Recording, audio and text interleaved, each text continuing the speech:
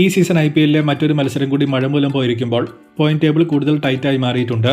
അതുകൊണ്ട് ഏറ്റവും പുതിയ പോയിന്റ് ടേബിളാണ് ഈ വീഡിയോയിലൂടെ നമ്മൾ കാണാൻ പോകുന്നത്. ചെന്നൈ, രാജസ്ഥാൻ തുടങ്ങി രണ്ടുപേരും നേരത്തെ തന്നെ പുറത്തായിരുന്നു. ഹൈദരാബാദിന്റെ മത്സരം ഇന്നലെ മഴ മൂലം പോയതോടെ അവർക്കുണ്ടായിരുന്ന വിദൂര സാധ്യത കൂടി അവസാനിച്ച് SRH ഉൾപ്പെടെ 3 ടീമുകൾ നിലവിൽ എലിമിനേറ്റ് ആയിട്ടുണ്ട്.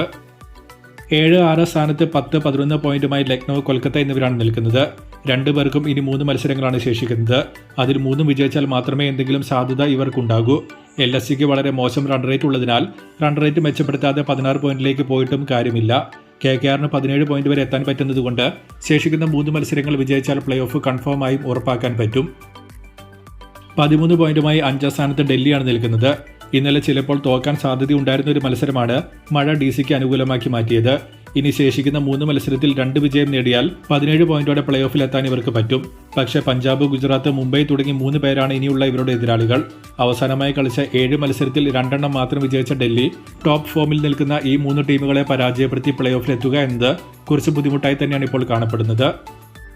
3-4 സ്ഥാനത്ത് 14 പോയിന്റുമായി ഗുജറാത്തും മുംബൈയുമാണ് നിൽക്കുന്നത്. ഈ 2 പേരും ഇന്ന് ഏറ്റുമുട്ടുമ്പോൾ ഇതിലൊരാൾ 16 പോയിന്റോടെ 99% പ്ലേ ഓഫ് ഉറപ്പിക്കും.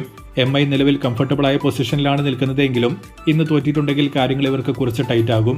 കാരണം 11 മത്സരങ്ങൾ ഇവർ കളിച്ചിരിക്കുമ്പോൾ ഇന്ന് തോറ്റാൽ ഇനി ശേഷിക്കുന്ന 2 മത്സരത്തിൽ 2 വിജയിച്ചാൽ മാത്രമേ ക്വാളിഫയർ 1 കളിക്കാൻ MIക്ക് പറ്റൂ. ഒരു മത്സരമാണ് വിജയിക്കുന്നതെങ്കിൽ എലിമിനേറ്ററിലേക്ക് മുംബൈ പോകേണ്ടതായി വരും. GT 10 മത്സരം മാത്രം കളിച്ചിരിക്കുമ്പോൾ ഇന്ന് തോറ്റാലും അത്ര വലിയ പ്രശ്നം ഇവർക്കില്ല. ശേഷിക്കുന്ന മത്സരങ്ങളിൽ 2 വിജയമാണ് പ്ലേ ഓഫ് ഉറപ്പിക്കാൻ ഈ 2 പേർക്കും വേണ്ടത്. 2ാം സ്ഥാനത്ത് 15 പോയിന്റുമായി പഞ്ചാബാണ് നിൽക്കുന്നത്. ശേഷിക്കുന്ന 3 മത്സരത്തിൽ 1 വിജയം കൺഫേമായും പഞ്ചാബിനെ പ്ലേ ഓഫിലെത്തിക്കും. 1ാം സ്ഥാനത്ത് നിൽക്കുന്ന RCB 16 പോയിന്റോടെ 99% പ്ലേ ഓഫ് ഉറപ്പിച്ചിട്ടുണ്ട്. നിലവിൽ ടോപ്പ് 5-ൽ നിൽക്കുന്ന ടീമുകൾക്ക് തന്നെയാണ് പ്ലേ ഓഫ് കളിക്കാൻ ഏറ്റവും കൂടുതൽ സാധ്യത കാണുന്നത്. RCB ഒഫീഷ്യലായിട്ടല്ലെങ്കിലും പ്ലേ ഓഫിലെത്തി എന്ന് തന്നെ കണക്കാക്കാം. കാരണം ശേഷിക്കുന്ന 3-ൽ 1 വിജയം മാത്രം ഇവർക്ക് മതി. പഞ്ചാബും മുംബൈയും തമ്മിൽ ഇനിയൊരു മത്സരം വരുമ്പോൾ ഇതിൽ വിജയിക്കുന്നവർ 17 പോയിന്റിലേക്കോ 16 പോയിന്റിലേക്കോ പോകും. ഗുജറാത്തും മുംബൈയും തമ്മിൽ ഇന്ന് കളിക്കുമ്പോൾ ഇതിലൊരാളും 16 പോയിന്റിലേക്ക് പോകും.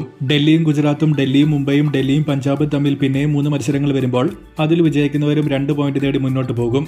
സോ ഒരു ടീം തുടർച്ചയായി തോറ്റിട്ടില്ല എങ്കിൽ ഈ 5 ക്രോസ് മത്സരങ്ങൾ തന്നെ പ്ലേ ഓഫ് ആര് കളിക്കുമെന്നത് 95% നമുക്ക് കാണിച്ചു തരും.